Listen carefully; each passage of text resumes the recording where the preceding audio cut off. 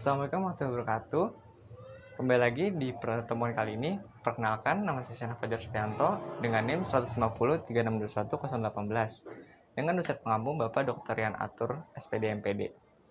Pada pertemuan kali ini, kita akan membahas mengenai model pembelajaran Project Based Learning.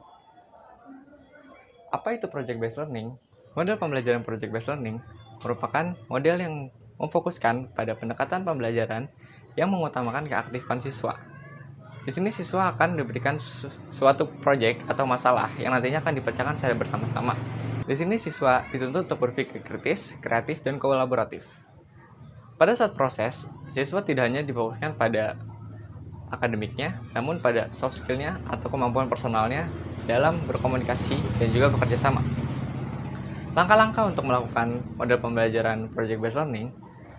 Langkah pertama, kita harus mengidentifikasi tujuan dan juga pemilihan topik.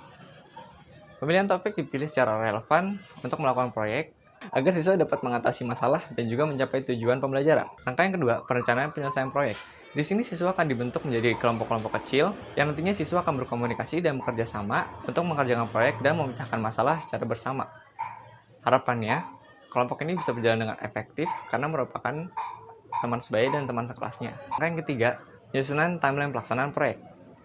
Di sini siswa akan membuat time schedule agar pelaksanaan proyek berjalan dengan tepat waktu dan menyiapkan sumber daya dan kebutuhan seperti buku, artikel untuk mendukung pengerjaan proyek. Langkah keempat, di sini diperlukan pengawasan guru pada pelaksanaan proyek. Perlunya pengawasan agar timeline yang sudah dibuat siswa dapat berjalan dengan baik dan dikerjakan tidak keluar dari konteks. Siswa juga dapat bertanya mengenai masalah yang terjadi saat di dalam kelompok. Langkah yang kelima, penyusunan laporan dan presentasi. Siswa berdiskusi untuk menentukan bahan atau hal-hal apa saja yang nantinya akan dibahas saat di laporan dan dipresentasikan.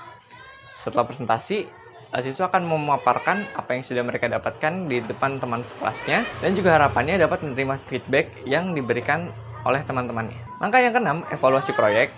Guru memberikan evaluasi pada hasil pekerjaan siswa agar siswa mengetahui keberhasilan dan kekurangan proyek, agar proses proyek secara keseluruhan dapat ditingkatkan dan diperbaiki jika terjadi masalah.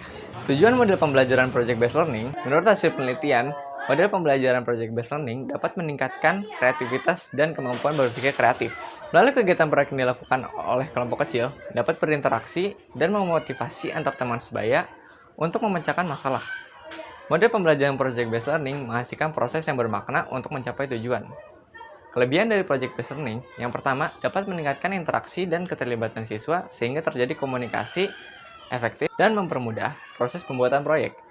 Yang kedua, untuk mendorong kemampuan berpikir kreatif, kritis, sehingga membuat keahlian mereka berkembang.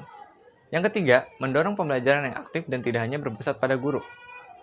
Selain itu, model pembelajaran Project Based Learning juga memiliki kekurangan. Yang pertama, membutuhkan waktu yang lebih banyak dikarenakan proses yang cukup panjang mulai dari pemahaman konsep, pembuatan jadwal, laporan, hingga presentasi akhir. Proses tersebut tidak dapat dilakukan secara instan namun harus secara bertahap. Seiring dengan pembuatan kelompok, sering terjadi tidak kecocokan antara kelompok yang menyebabkan konflik internal antar kelompok itu sendiri. Yang ketiga, sulit dalam menilai siswa secara individu karena merupakan progres kelompok. Kesimpulannya, model pembelajaran Project Based Learning dapat memberikan pengaruh pada keaktifan siswa dalam bekerja sama menyelesaikan proyek yang diberikan.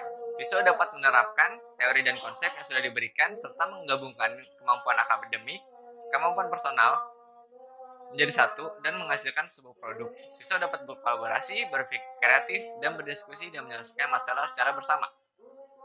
Itu saja yang bisa saya sampaikan. Kurang lebihnya mohon maaf. Jika ingin ada yang bertanya, silakan tulis di bawah kolom komentar. Terima kasih. Sampai jumpa di lain kesempatan.